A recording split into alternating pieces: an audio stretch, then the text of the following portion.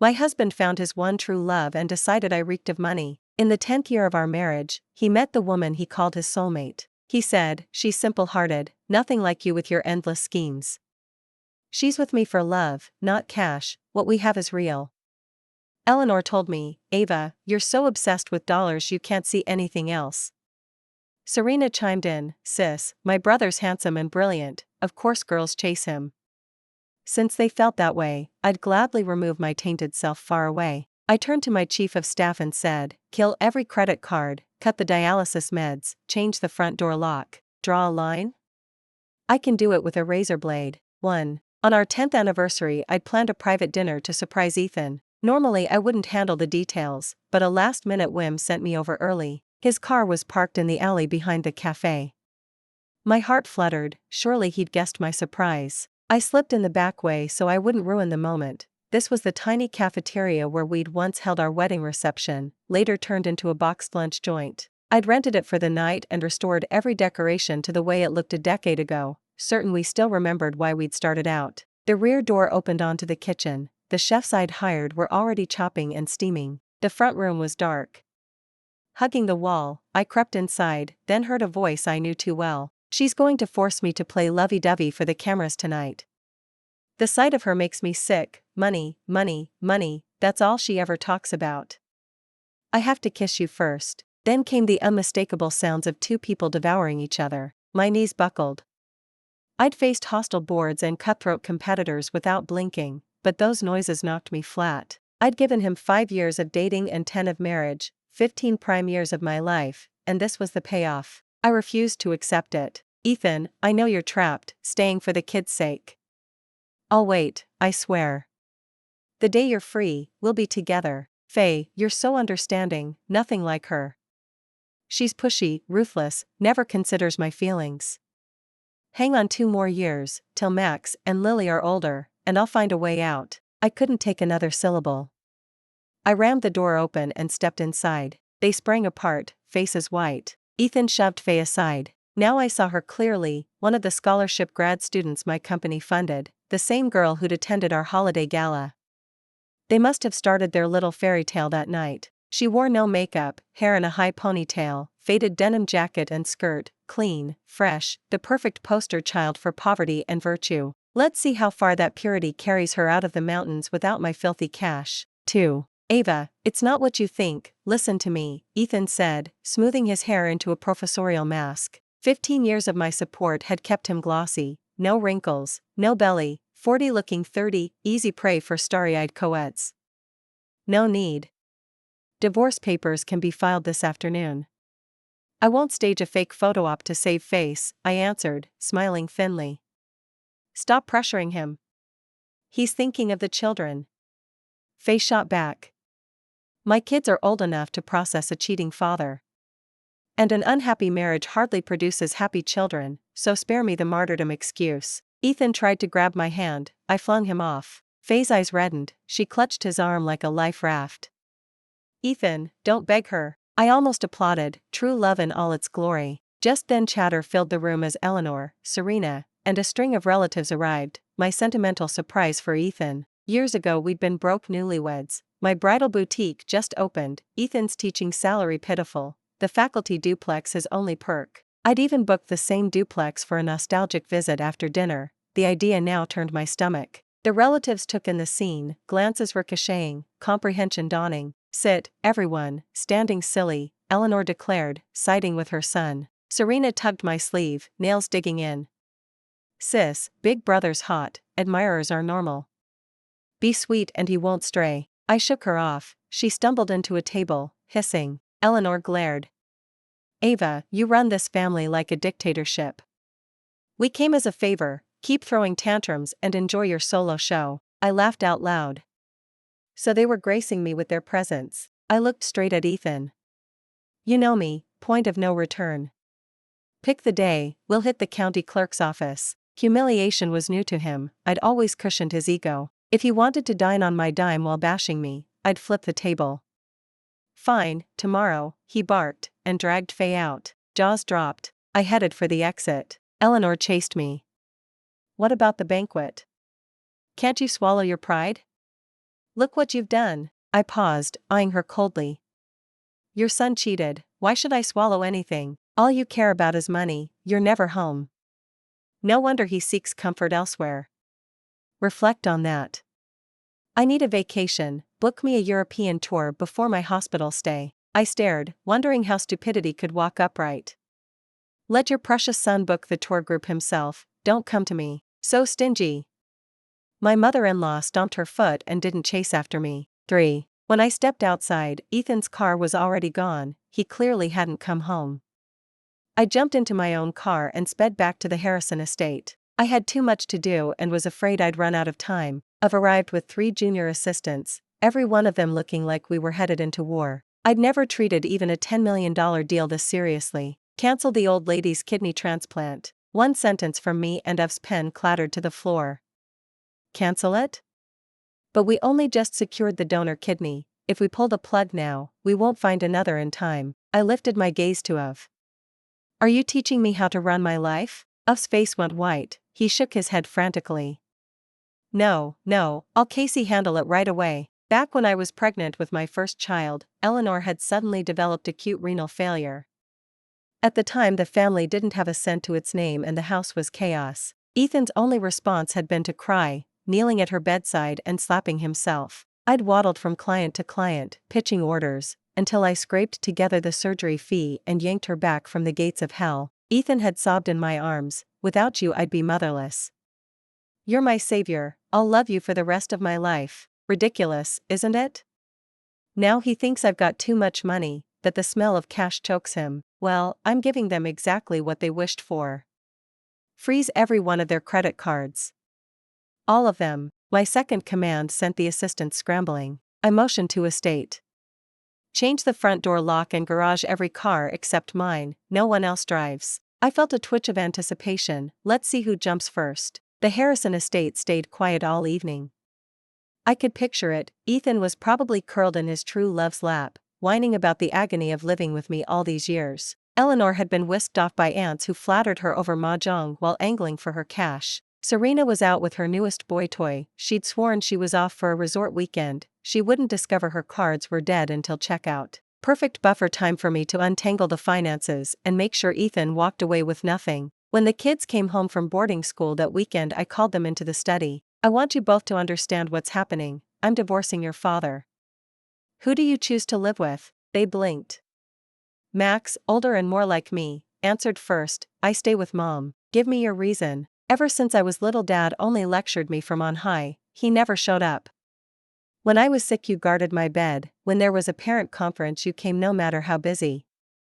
I don't need a father in name only. I'm with Mom too, Lily piped up. Dad's always too busy, I hardly ever see him. All right. I'll do my best to keep your lives normal. I hugged them, more determined than ever to end this farce of a marriage. 4. The first bomb went off with Eleanor. On the third day she came back from her card game, delivered by Ethan's aunt and uncle. Open up.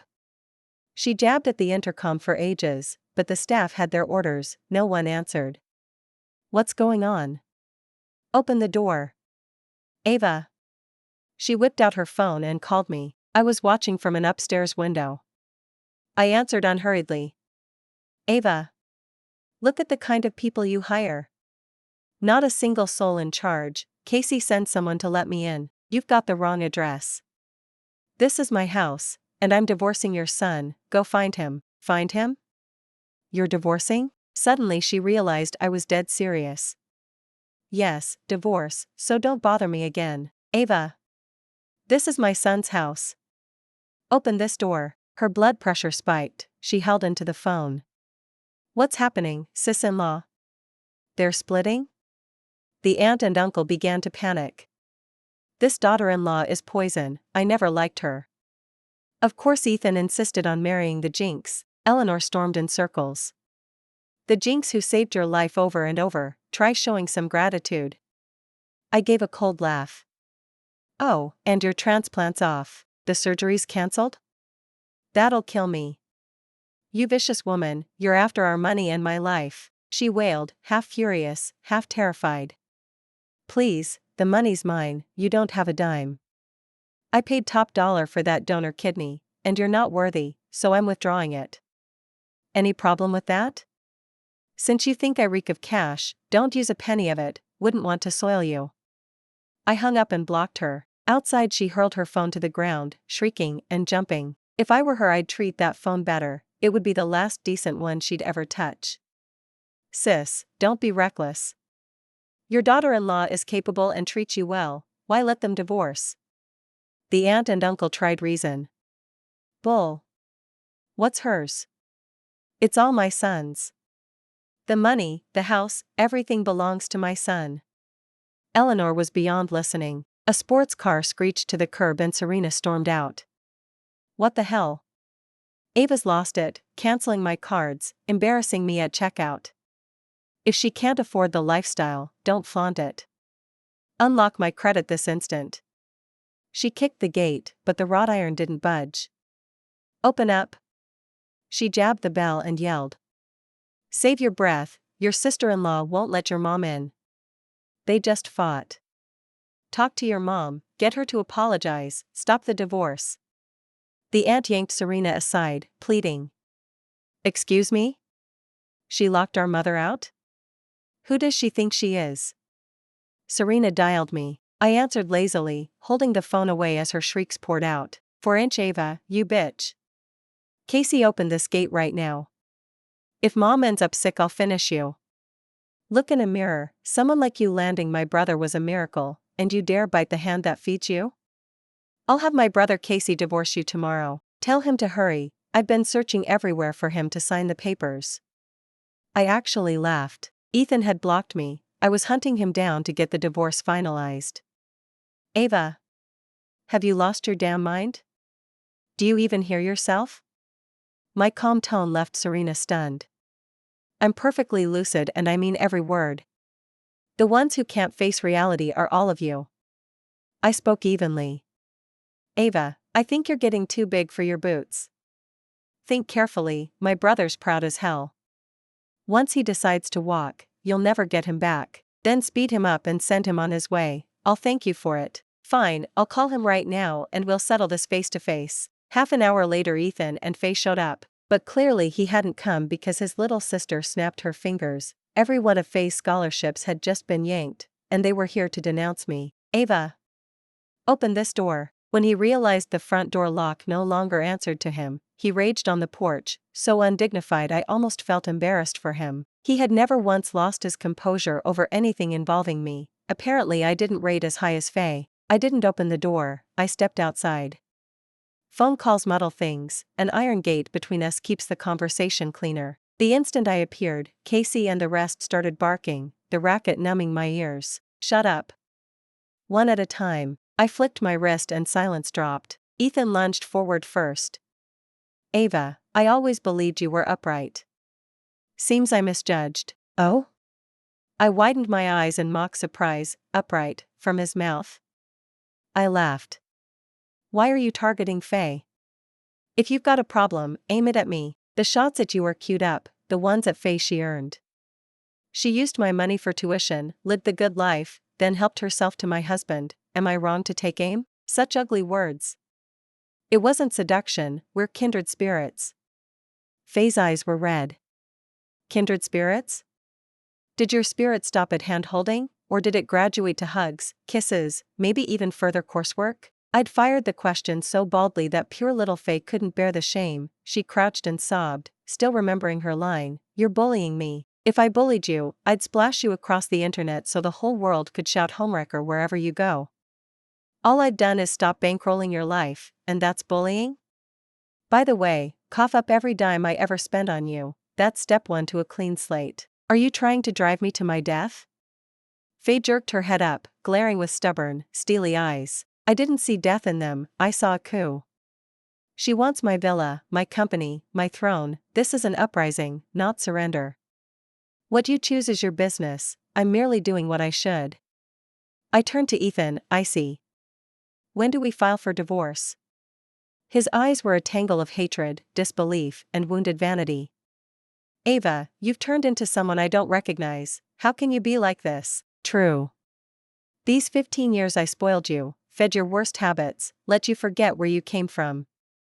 Now I'll correct the ledger, item by item, until everything is back in place. If you insist, we'll start with lawyers and split the assets, he said. One sentence and his noble mask slipped. I couldn't help grinning. 5-inch Ethan, did you ever earn a single dollar of this family's fortune?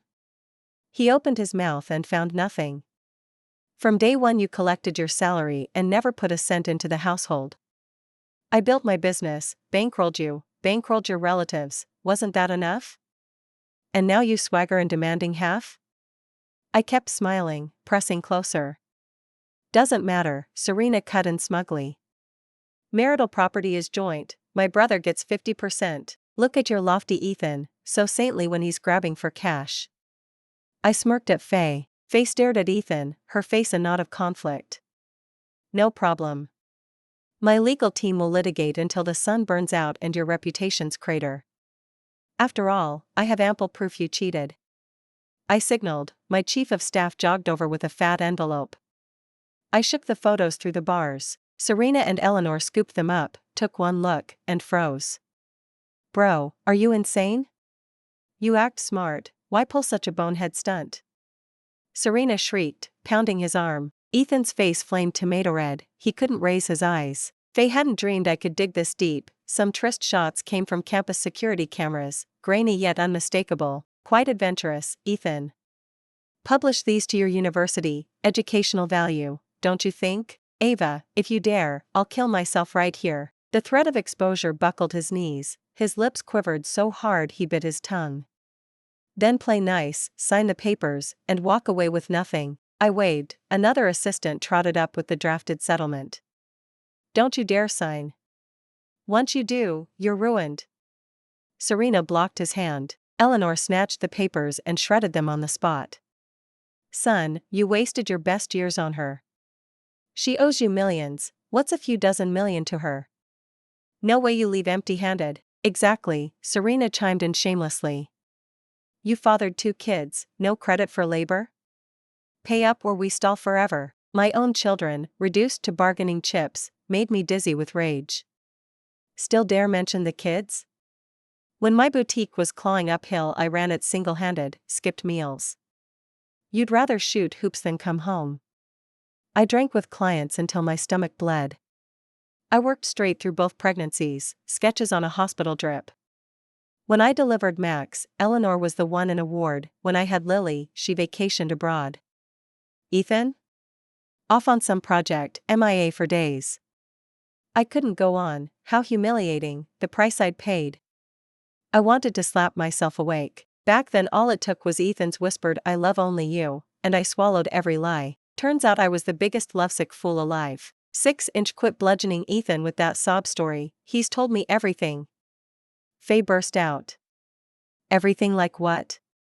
Curiosity piqued, I raised an eyebrow.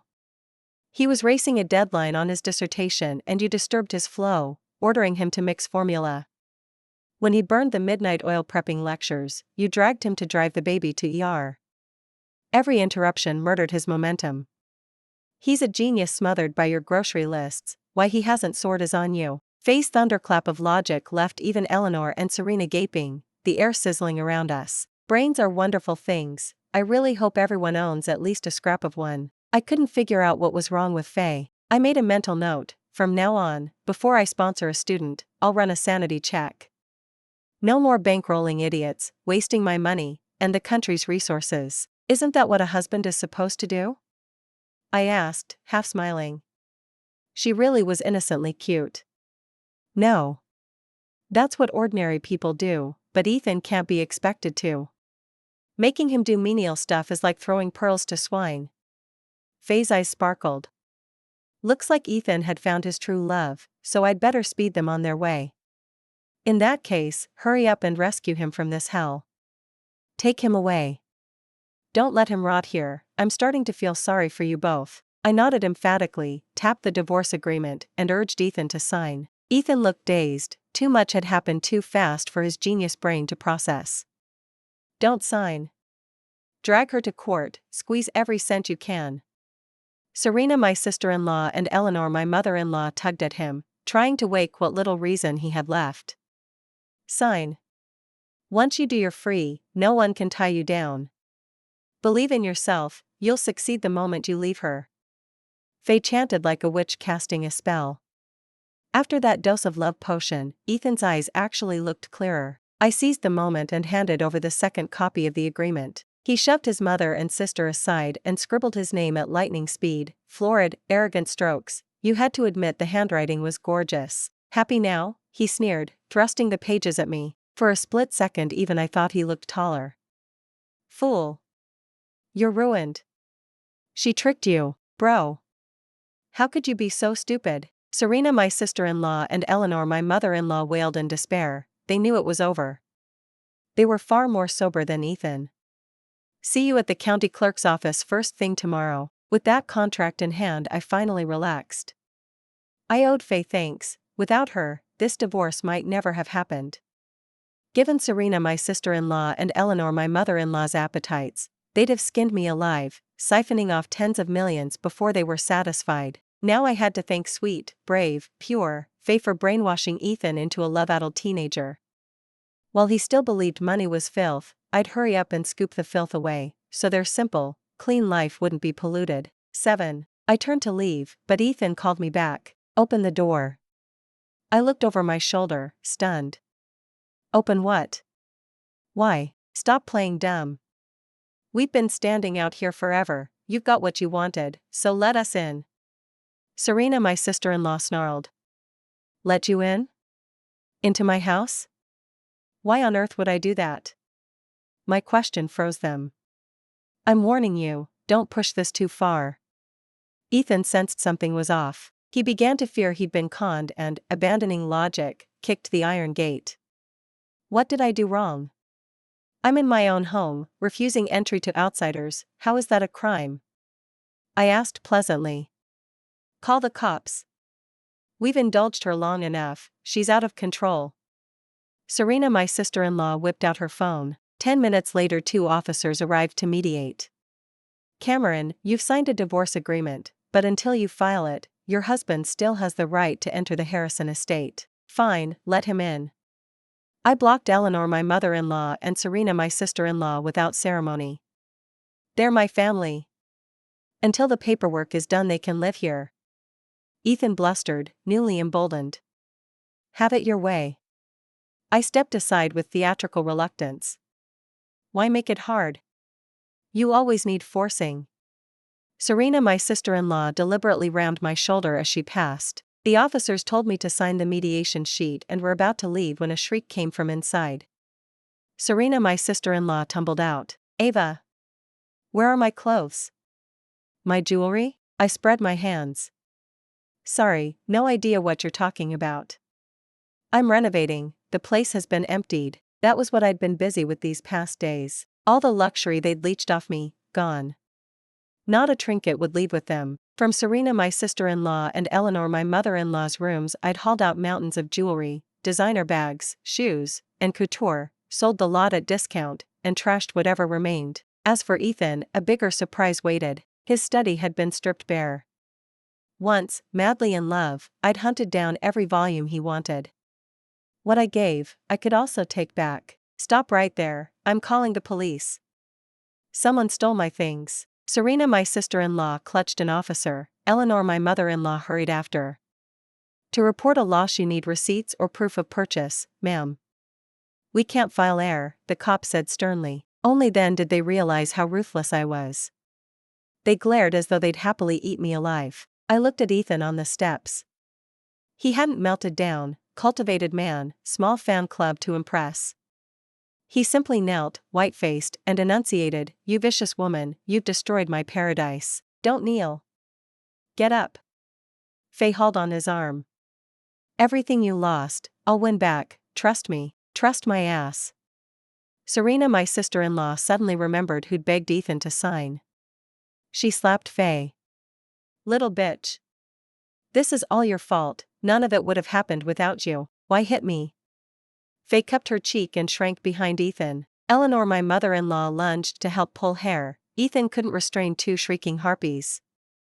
The officers finally pried them apart and escorted Ethan and Faye out. I was already in one of my cars, driving away. I felt nothing for the house, I'd list it tomorrow at a bargain price. 8. Next morning Ethan, with Faye in tow, met me at the county clerk's office. Faye's presence greased the process. The only hitch was the nauseating 30-day cooling-off period. Outside, I told Ethan, keep the car. He flushed, wanting to object, but couldn't. After all, it had been my birthday gift to him. I'd never seen a dime of his salary. Faye bounced forward, chin high. We don't want anything that's yours. She snatched the keys and hurled them at my feet. Ethan, aching with regret, stooped to retrieve them, but she dragged him off. I signaled my chief of staff. You drive it. My chief of staff grinned. Just then Ethan's phone rang. The longer he listened, the grimmer he looked.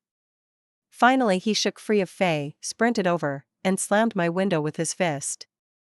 Ava. You pulled my project? Are you insane? What do you think you're doing? I rolled the glass down and spoke slowly. You thought you earned those grants on your own? I bankrolled every one, earmarked for you. Now I'm taking them back. Any problem with that? You poisonous woman. Ethan was shaking with rage. One more thing, I'd better warn you now so you don't show up at campus making a scene. I pulled out several sheets of paper and handed them over. I was afraid handing you cash outright might bruise your delicate pride, so I had the university folded into your salary stipend. You used to net $6,000 a month, suddenly you were pulling 30, all thanks to my subsidy. From now on, that ends. You're lying, you're lying. Ethan snatched the papers, scanning them again and again, refusing to believe. See? I'd once been too considerate, padding every year with extras, letting a perfectly average lecturer dream he had projects and stipends galore. From today you're back to baseline, spotless. I won't drag you down any longer. I smiled as the window glided shut. Just wait. Ethan will slap your face with the man he really is. I believe in him. Faye had no clue what she was wading into. As far as I knew, Ethan couldn't manage money. Years of my pampering had turned him into a big spender. Tens of thousands arrived every month, and he burned through every dollar. I told him to enjoy life, properly, pull his projects and reassign his grad students. Give the kids generous severance and place them with better supervisors. I made sure my chief of staff took care of Ethan's students. I'd bankrolled them all, and they'd been doing the real work. Ethan's talent was mediocre, his grasp half-baked. I'd only stationed someone to keep disaster at bay. Now there was no need, let him spread his own wings. I also froze every dollar our foundation funneled to the university, then leaked news of our divorce. His future treatment there isn't hard to imagine, but so what? These are mere material inconveniences. His goddess will surely lead him into the light. 9. I counted days and nights, wishing the month would vanish. I hadn't expected Eleanor to crack first. The whole clan shared one habit, zero savings. They'd been hooked on my money so long that when the first of the month arrived they simply waited for deposits, asking for more if the amount fell short. Now, with the tap suddenly closed and relatives sailing whichever way the wind blew, the gossip ignited. After Auntie went home and spiced up the tale, it swept through the family. They'd always envied Eleanor's cushy life, now they swarmed to watch the bonfire.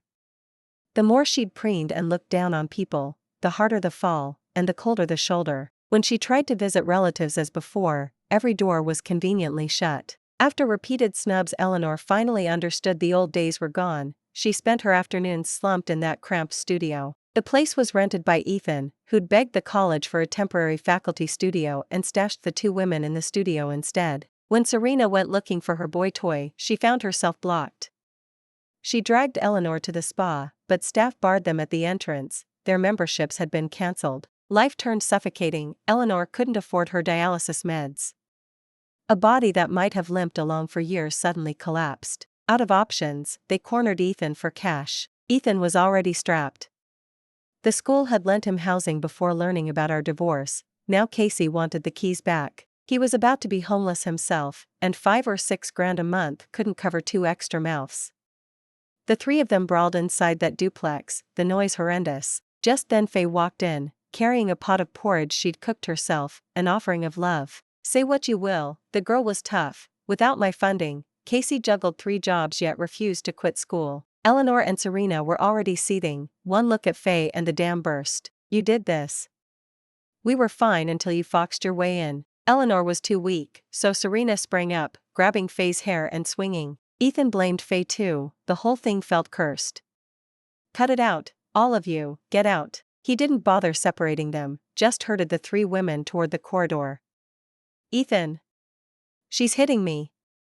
Aren't you going to stop her? Faye wailed. Don't come around anymore, I've got too much on my plate. Ethan's words crushed her heart. Ethan. How can you disappoint me like this? I loved you, sacrificed everything, and you throw me out? Beat her. Shameless homewrecker, enjoying yourself now? Eleanor egged Serena on. Serena drove her knee into Faye's belly. Faye doubled over with a shriek. Don't hit my stomach.